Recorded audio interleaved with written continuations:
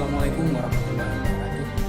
Selamat datang kembali di kelas Statistik bersama saya Arif Bima Johan. Pertemuan kali ini kita akan mendiskusikan mengenai visi dan misi perusahaan. Sebagaimana telah kita ketahui bahwa visi dan misi ini adalah langkah awal dari proses manajemen strategik. Ketika mendiskusikan visi dan misi, berarti kita sedang merancang tujuan dari perusahaan. Mungkin di Indonesia kita menggunakan terminologi tujuan untuk mendeskripsikan sesuatu yang ingin kita capai. Tapi dalam literatur, terminologi yang cenderung digunakan untuk visi dan misi itu adalah purpose. Ada sinonimnya, yaitu objectives, goals, tapi secara pemaknaan berbeda. Purpose lebih kepada tujuan yang bersifat filosofis dan jangka panjang. Sementara objectives atau goals adalah target-target yang dapat diukur, yang dapat dikuantifikasi, yang harus dicapai oleh perusahaan maupun oleh individu. Nah, sementara purpose berbeda. Purpose kadang-kadang juga digunakan untuk menyatakan the reason of being, yaitu alasan mengapa kita harus ada atau alasan mengapa kita harus melakukan sesuatu, yaitu purpose. Tujuan yang lebih besar kadang-kadang orang menyebutnya. Nah, visi dan misi terkait dengan tujuan tersebut, yaitu tujuan yang lebih besar, bukan sekedar target-target yang kemudian dapat diukur dan bersifat jangka pendek. Makanya dalam menyusun visi dan misi perusahaan, para eksekutif harus melihat horizon masa depan yang jauh lebih panjang. Baik, untuk mendiskusikan visi dan misi, mungkin kita bisa sedikit bermain empati dulu. Empati artinya kita mencoba menempatkan diri pada posisi orang lain. Nah, seperti apa? Coba bayangkan Anda adalah seorang entrepreneur yang mendirikan startup. Jadi Anda ceritanya punya perusahaan baru. Nah, biasanya orang-orang yang mendirikan perusahaan ini memiliki cita-cita terhadap apa yang sedang dia kerjakan. Anggaplah Anda sedang merintis perusahaan sepatu. Anda bercita-cita produk Anda ini akan menjadi seperti apa. Dan itu ada dalam kepala Anda. Mungkin belum dalam bentuk statement. Anda bercita-cita sepatu seperti apa yang bisa Anda tawarkan. Anda mulai bicara mengenai kualitas sepatu atau nilai dari sepatu yang Anda tawarkan kepada calon customer Anda. Anda juga mencita-citakan akan menjadi seperti apa perusahaan sepatu Anda ini dalam beberapa tahun yang akan datang. Nah, secara substansi, visi dan misi berbicara seperti itu, yaitu bicara mengenai cita-citanya perusahaan. Secara statement memang ada perbedaan antara visi dan misi, tapi secara substansi visi dan misi sebenarnya tergabung ke dalam the purpose of company. Jadi dia merupakan tujuan perusahaan. Visi dan misi merupakan tujuan dari perusahaan yang bersifat jangka panjang dan cenderung menjadi landasan filosofis perusahaan. Kenapa saya sebutkan landasan filosofis perusahaan?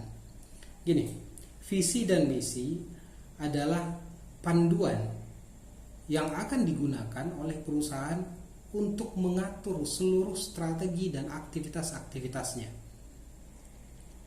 Semua kegiatan yang dilakukan oleh perusahaan, oleh setiap individu yang ada di dalam perusahaan harus mengarah pada satu tujuan yang sama.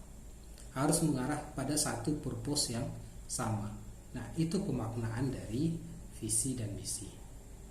Baik, mungkin kita bisa melihat sebagai pembelajaran awal ya mengenai visi dan misi. Tentunya nanti kalau ingin lebih mendalam lagi ada banyak bacaan yang harus kita diskusikan.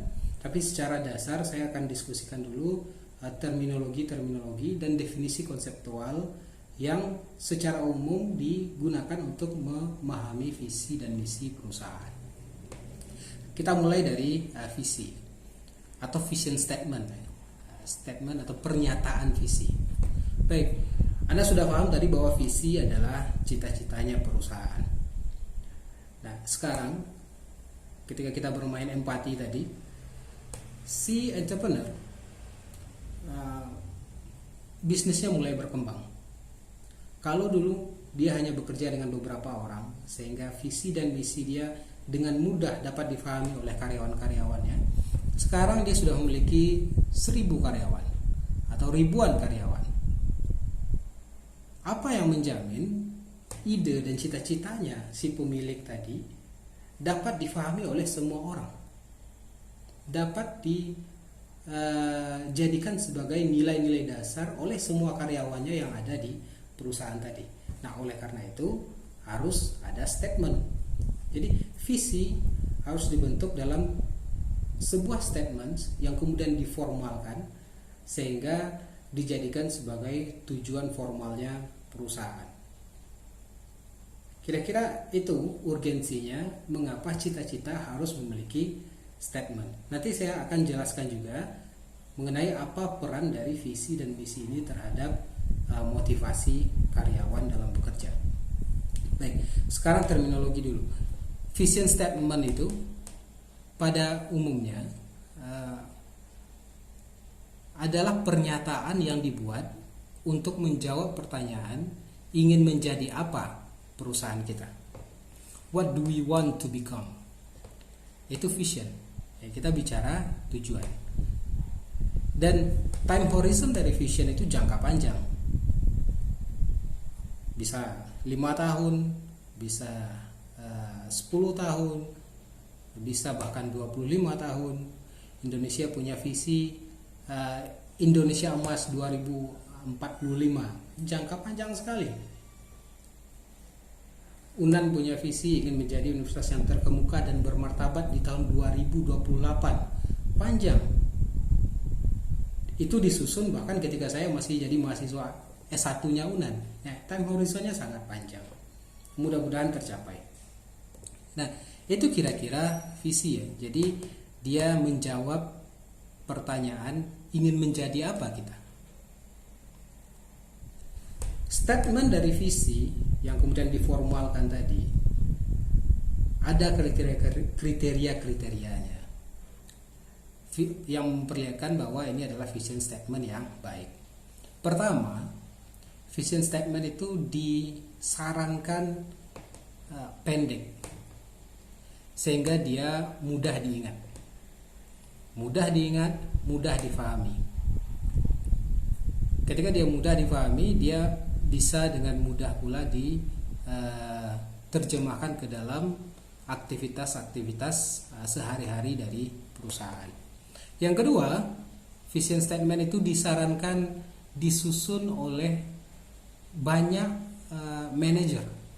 Jadi maksudnya di sini ada banyak karyawan yang terlibat dalam menyusun visi tadi, terutama karyawan yang berada pada level manajerial ya, sehingga ada keterlibatan dalam menyusun visi oleh semua individu yang ada di dalam organisasi. Meskipun tidak semua, tapi sebaiknya disusun oleh banyak orang sehingga tujuan tadi bisa menjadi tujuan bersama oleh anggota organisasi.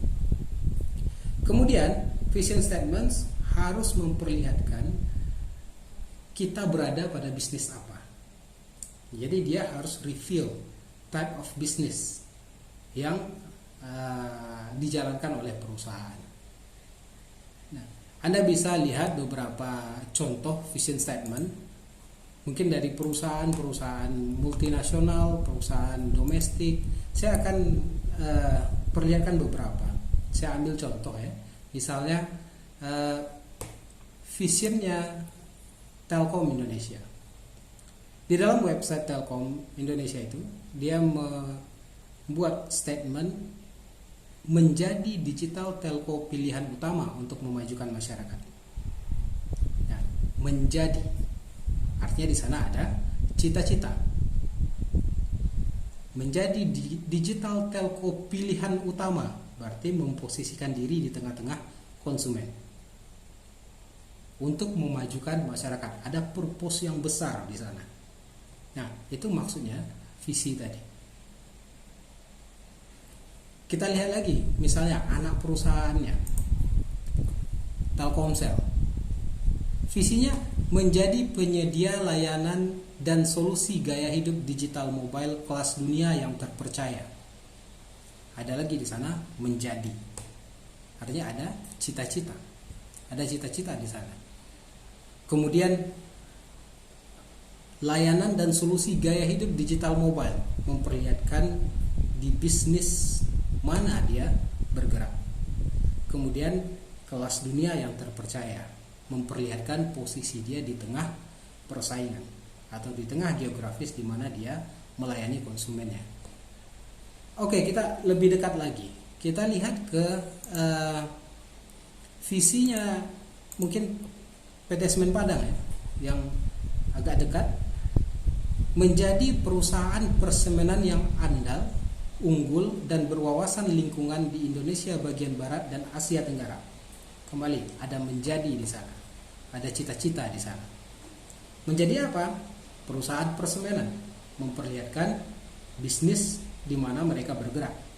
Ada andal, unggul dan berwawasan lingkungan, memperlihatkan makna filosofis keberadaan mereka, memperlihatkan komitmen mereka terhadap proses bisnis. Dan yang terakhir memperlihatkan geografis di mana mereka beroperasi atau ingin unggul tadi, yaitu di Indonesia bagian barat dan di Asia Tenggara. Ke yang lebih dekat, saya ajak Anda. Kita lihat ke visinya kampus kita. Menjadi universitas terkemuka dan bermartabat pada tahun 2028. Di sana ada komitmen untuk menjadi yang terdepan, terkemuka, yang bermartabat, dan ada time frame-nya, yaitu di tahun 2008, dan ada aktivitas bisnisnya, yaitu apa? Universitas. Aktivitas bisnis dari sebuah universitas.